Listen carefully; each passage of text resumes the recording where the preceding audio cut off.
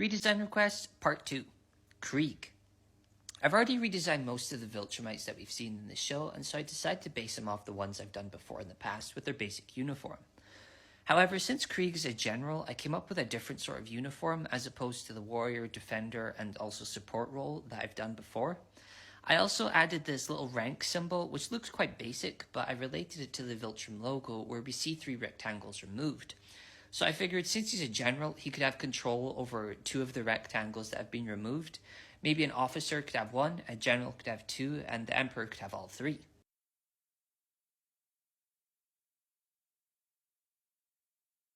Conquest. So we've already seen like 5 seconds of him in the show and also Whole. However, the most definitive version of this character has, in my opinion, has a robotic arm and a scar as a result of these guys that we've actually seen in the show before. I decided to triple the scars to look more like an actual scratch across his face as opposed to just the singular one that he has. I then gave him this skinned pelt skirt of the alien creatures that maimed him, as it seems something spiteful that a Viltrumite would actually do. He's also one of the very few Viltrumites to have an alias, so I thought he should stand out a little more with a gold glove and also gold boots to match his flashy prosthetic arm. He-Man. Now, there are many versions of this character, and since he's quite iconic, I decided to go with the very basic version to avoid sort of polluting any originality with other designs from the get-go. So I just went with the basic version to start off with, and I went from there. Now, I always thought you should have some sort of bulky barbarian armor, but still also be rocking those abs. So I went with a mix of armored and also, showing off his muscles. I also went with some more sort of blonde hair and a mullet kind of look. I then gave him some of these leather gloves to match his boots and also some shorts underneath his loincloth. The symbol on his chest is how I pictured He-Man having, since it's symbolic with an H that also kind of looks like an M, and it represents the he and man aspects of his name, so I just went with that.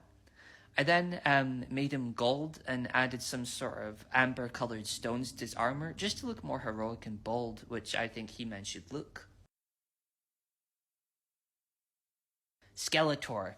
So just the same as He-Man, I went with this classic look and I wanted him to look formidable. Now, apparently the real reason that Skeletor having a skull head and muscle body is because Mattel wanted to make the figures with the same body molds but have different heads. So in the lore, the actual reason is that he was in an accident that sort of burned off his face, and the dark magic kept his body intact. So I went with a more scarred, slowly deteriorating body, and then gave him some glowing eyes and spiky armor just to look more threatening and look like he was sort of being held together with black magic. I also gave him a tattered cape to complete the look. Damien Darkblood. So this invincible character is really underrated in my opinion, as he's a combination of Hellboy, Rorschach, and also John Constantine. Since he's a demon detective, hell escapee trying to right wrongs, I decided to give him a harness with this sort of ancient writing on it and a pentagram to safeguard him against exorcisms.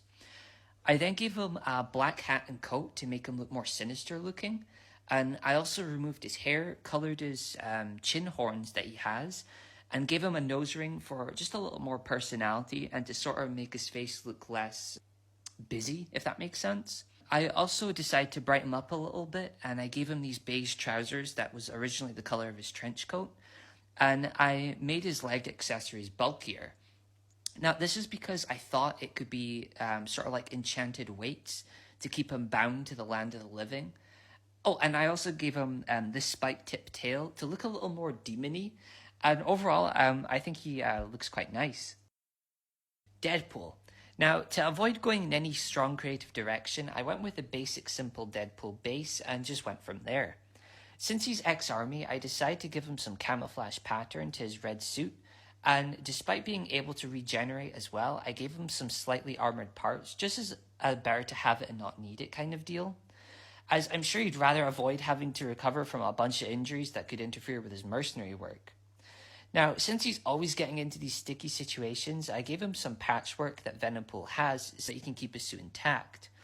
Now, to make him look a little bit more Deadpool, I thought it was only fitting to give him some references, like a bunch of logos on his suit, maybe to represent the other characters that he's teamed up with, or depending on which version you want to go with, it could be the characters that he's possibly killed. I also gave him these beady white eyes to represent his pupils, kind of like Hishi's art style, and to also make him look a little less expressive and overly comical.